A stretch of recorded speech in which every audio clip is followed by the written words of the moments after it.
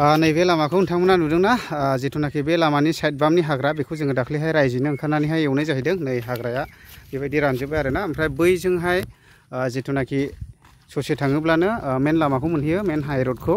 बे हाइरडआ जिथुनाखि सापागुरि जानानै ओरैहाय भारत भुटान बर्डार मालिबिथासिम थांनाय लामा। बेबायदिनो आमथेखा एबा खैलामैला गोबां बाजारफोर मोनलाङो आरो। ओमफ्राय नैबे एटाच बेयावनो जोंना जिथुनाखि सापागुरि ओमफ्राय ओरैहाय मालिबिथासिम मावलांनाय जिथुनाखि आसामाला रड बेखौ मावनो थाफैनाय कम्पानि आरो नैबेयावहायनो दङ जों गामियावहाय पर्बतजरा। ओमफ्राय बेजों लोगोसे जोङो सानब्रैसो ओरैबायदि भुगिनानै थानो गोनां जाबाय। बेनो जादों जाहैबाय नै जोंना लाइना गाज्रि जादोंमोन, ट्रेन्सफर्मा। ओमफ्राय नैबेयावहाय बै गोजौनि 11,000 भल्टेज, ओमफ्राय नैबे गाहायनि एलसि लाइन आरोना। ओमफ्राय बारहुंखा बारोब्ला हुम बारोब्ला गोजौनि 11,000 भल्टेजजों ओमफ्राय गाहायनि एलसि लाइनजोंहाय नांजाबलायो आरोना। ओमफ्राय बारजों नांजाबलायनानै ओमफ्राय नैबै ट्रेन्सफर्मावहाय माने प्रेसार जाहैयो आरोखि ना। ओरैबायदि एसे प्रब्लेम जानानै दं आरोखि जोंना नै बियो। मानो होनब्ला एक्सट्रा खुन्थिया होनाय जायाखैना। दा नै नुदों नोंथांमोना बै दोंथाम गोजौनिया मथा मथि 11,000 भल्टेजआसो गाहायाव जानानै दंबावनो एलसिनि। दा बिराद बारहुंखा बारबाथाय बे नांजाबलायो आरोना। दा बेखौहाय बेबायदि आलदा पस्ट मोनोब्ला मोजां जागोन। ओमफ्राय नै दा बेखौहाय जिथुनाखि लाइनमेनफोर बिसोरो बानायफैबाय आरो। आं एसे देखायस्रोनोसै। ट्रेन्सफर्माबो माबा जाखादोंमोन, ओमफ्राय दा गोदान बानायफिनबाय आरो नै। दा आं एसे देखायनि माबायदि जादों माबायदि जायाखै। 25 kV नामा बियो। हाब बिदिसो बोख्लायनांगौ नामा? आदसा ओमफ्राय बेखौहाय हाव खोख्लैनोसै नामा? बे माथो ना हानाय बिदि। आदसा दे आदसा दे ओरैहाय बोग्रा थानांलायबाय नै। माथो बुस्थु थायो बेयावलाय? आयु बिदिसो माने थाव गोजासो थायो नामा? दे मार हौवानाय। आदसा आयु बिदिसो ने, थावआव गोजा।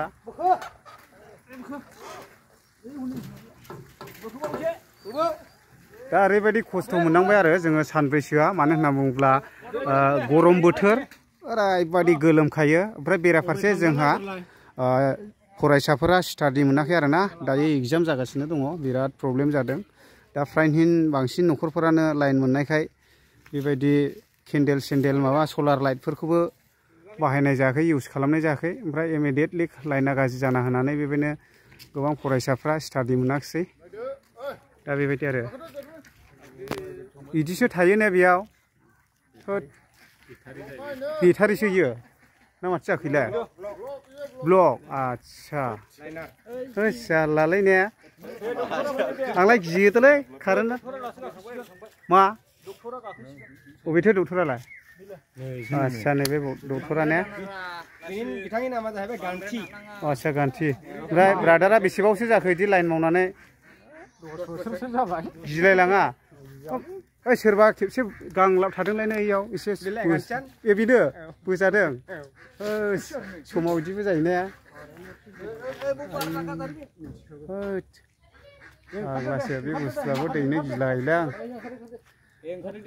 आर्थिंआ नै इयावहाय थायो आरो। आर्थिंआ खयथा थायोलै आदा ट्रेन्सफर्मनिया? 10टा थायो। नंगौ। बेयाव औ 6टा थायोब्रा आर्थिंआ। डिअनि थाबाय। आदसा ट्रेन्सफर्मा बडिनि मोननै थाबाय आरो बै डिअ एसे रायज्लायना खोन्थारा। औ बैजों थां। बेखौ बख'नायसै आरो बुस्थुआ। नायनोसै बख'नानै मा कन्डिसन जादों। लंपेन्ट गाननानै गाखोनो हानांगौ हाग्रालाय। दा लोगोफोर बेबायदिनो आरो दिनैहाय बे पर्बतजरानि जिथुनाखि ट्रेन्सफर्मा गाज्रि जानानै दंमोन, बेखौहाय जिथुनाखि लाइनमेनफोर बिसोरो बानायफैबाय आरो।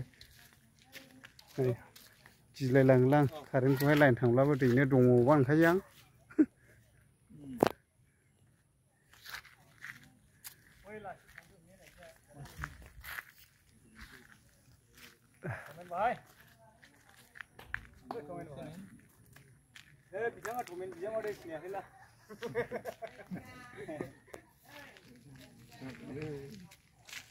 गाखोनो हाला रा इयो हायालै इयो हाया